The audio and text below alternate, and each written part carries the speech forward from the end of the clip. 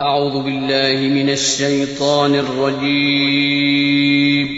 پناہ مانگتا ہوں میں اللہ کی شیطان مردود سے۔ بسم اللہ الرحمن الرحیم شروع اللہ کا نام لے کر جو بڑا مہربان نہایت رحم والا ہے۔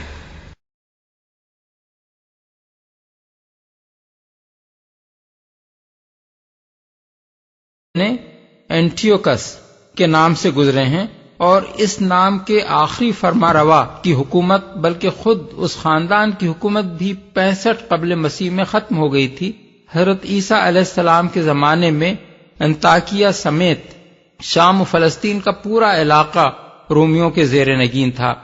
پھر عیسائیوں کی کسی مستند روایت سے اس بات کا کوئی ثبوت نہیں ملتا کہ خود حضرت عیسیٰ علیہ السلام نے اپنے حواریوں میں سے کسی کو تبلیغ کے لیے انطاکیہ بھیجا ہو۔ اس کے برعکس بائبل کی کتاب اعمال سے معلوم ہوتا ہے کہ واقع صلیب کے چند سال بعد عیسائی مبلغین پہلی مرتبہ وہاں پہنچے تھے۔ اب یہ ظاہر ہے کہ جن لوگوں کو نہ اللہ نے رسول بنا کر بھیجا ہو نہ اللہ کے رسول نے مامور کیا ہو، وہ اگر بطور خود تبلیغ کے لیے نکلے ہوں تو کسی تعویل کی روح سے بھی وہ اللہ کے رسول قرار نہیں پا سکتے۔ علاوہ بریں بائبل کے بیان کی روح سے انطاکیہ پہلا شہر ہے جہاں کثرت سے غیر اسرائیلیوں نے دین مسیح کو قبول کیا اور مسیح کلیسا کو غیر معمولی کامیابی نصیب ہوئی۔ حالانکہ قرآن جس بستی کا ذکر یہاں کر رہا ہے وہ کوئی ایسی بستی تھی جس نے رسولوں کی دعوت کو رد کر دیا اور بالآخر عذاب الہی کی شکار ہوئی۔ تاریخ میں اس امر کا بھی کوئی ثبوت نہیں ملتا کہ انطاکیہ پر ایسی کوئی تباہی نازل ہوئی ہو جسے انکار رسالت کی بنا پر عذاب قرار دیا جا سکتا ہو۔ ان وجوہ سے یہ بات ناقابل قبول ہے کہ اس بستی سے مراد انطاکیہ ہے۔ بستی کا تعین نہ قرآن میں کیا گیا ہے نہ کسی صحیح حدیث میں، بلکہ یہ بات بھی کسی مستند ذریعے سے معلوم نہیں ہوتی کہ یہ رسول کون تھے اور کس زمانے میں بھیجے گئے تھے۔ قرآن مجید جس غرض کے لیے یہ قصہ یہاں بیان کر رہا ہے اسے سمجھنے کے لیے بستی کا نام اور رسولوں کے نام معلوم ہونے کی کوئی ضرورت نہیں ہے۔ قصے کے بیان کرنے کی غرض قریش کے لوگوں کو یہ بتانا ہے کہ تم ہٹ دھرمی، تعصب اور انکار حق کی اسی روش پر چل رہے ہو جس پر اس بستی کے لوگ چلے تھے اور اسی انجام سے دوچار ہونے کی تیاری کر رہے ہو جس سے وہ دوچار ہوئے۔ قالوا ما أنتم إلا بشر مثلنا وما أنزل الرحمن من شيء إن أنتم إلا تكذبون۔ بستی والوں نے کہا تم کچھ نہیں ہو مگر ہم جیسے چند انسان، اور خدائے رحمان نے ہرگز کوئی چیز نازل نہیں کی ہے، تم محض جھوٹ بولتے ہو، ہم جیسے چند انسان۔ دوسرے الفاظ میں ان کا کہنا یہ تھا کہ تم چونکہ انسان ہو اس لیے خدا کے بھیجے ہوئے رسول نہیں ہو سکتے۔ یہی خیال کفار مکہ کا بھی تھا۔ وہ کہتے تھے کہ محمد صلی اللہ علیہ وسلم رسول نہیں ہیں کیونکہ وہ انسان ہیں۔ وقالوا ما لهذا الرسول یاکل الطعام ویمشی فی الاسواق، الفرقان آیت 7۔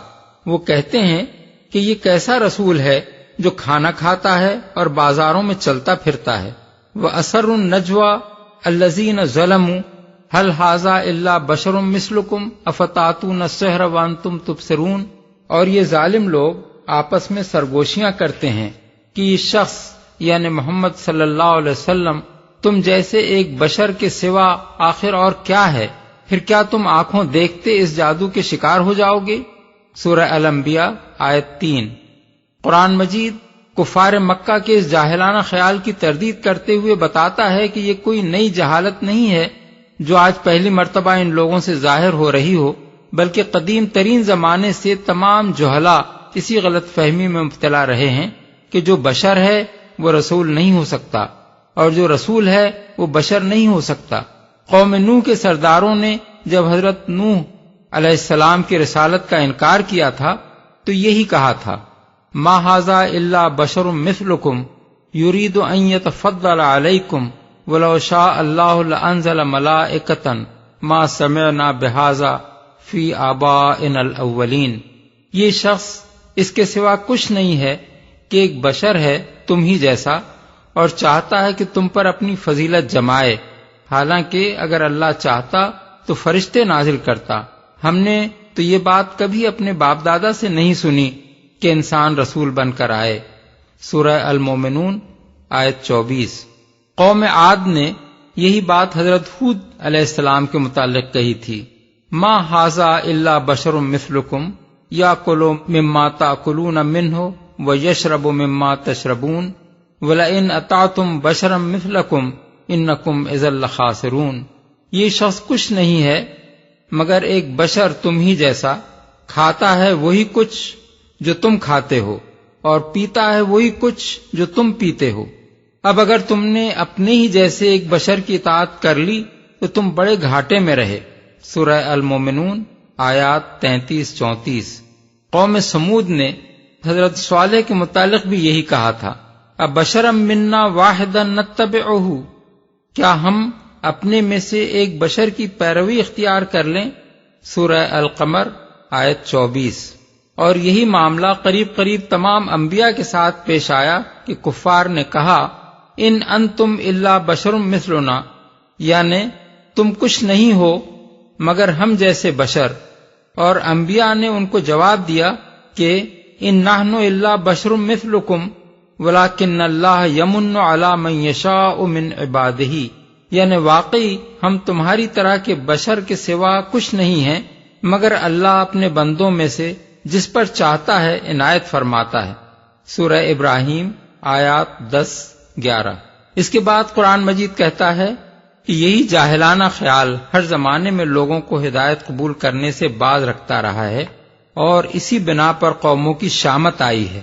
الم یاتکم نبأ الذین کفروا من قبل فذاقوا وبال امرہم ولہم عذاب علیم ذالک بانہ کانت تأتیہم رسلہم بالبینات فقالوا ابشر یہدوننا فکفروا وتولوا۔ کیا انہیں ان لوگوں کی خبر نہیں پہنچی جنہوں نے اس سے پہلے کفر کیا تھا اور پھر اپنے کیے کا مزہ چکھ لیا، اور آگے ان کے لیے دردناک عذاب ہے۔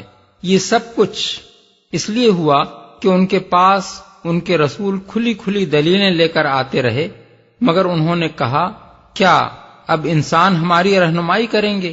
اسی بنا پر انہوں نے کفر کیا اور منہ پھیر گئے۔ سورہ تغابن آیت 6۔ وما منع الناس ان يؤمنوا اذ جاءهم الهدى الا ان قالوا ابعث اللہ بشر رسولا، یعنی لوگوں کے پاس جب ہدایت آئی تو کوئی چیز انہیں ایمان لانے سے روکنے والی اس کے سوا نہ تھی کہ انہوں نے کہا کیا اللہ نے بشر کو رسول بنا کر بھیج دیا؟ سورہ بنی اسرائیل آیت 94۔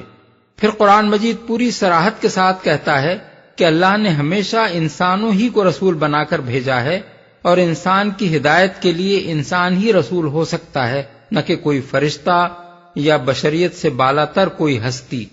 وما ارسلنا قبلک الا رجالا نوحی الیہم فاسألوا اہل الذکر ان کنتم لا تعلمون وما جعلناہم جسدا لا یأکلون الطعام وما کانوا خالدین، یعنی ہم نے تم سے پہلے انسانوں ہی کو رسول بنا کر بھیجا ہے جن پر ہم وحی کرتے تھے، اگر تم نہیں جانتے تو اہل علم سے پوچھ لو، اور ہم نے ان کو ایسے جسم نہیں بنایا تھا کہ وہ کھانا نہ کھائیں اور نہ وہ ہمیشہ جینے والے تھے۔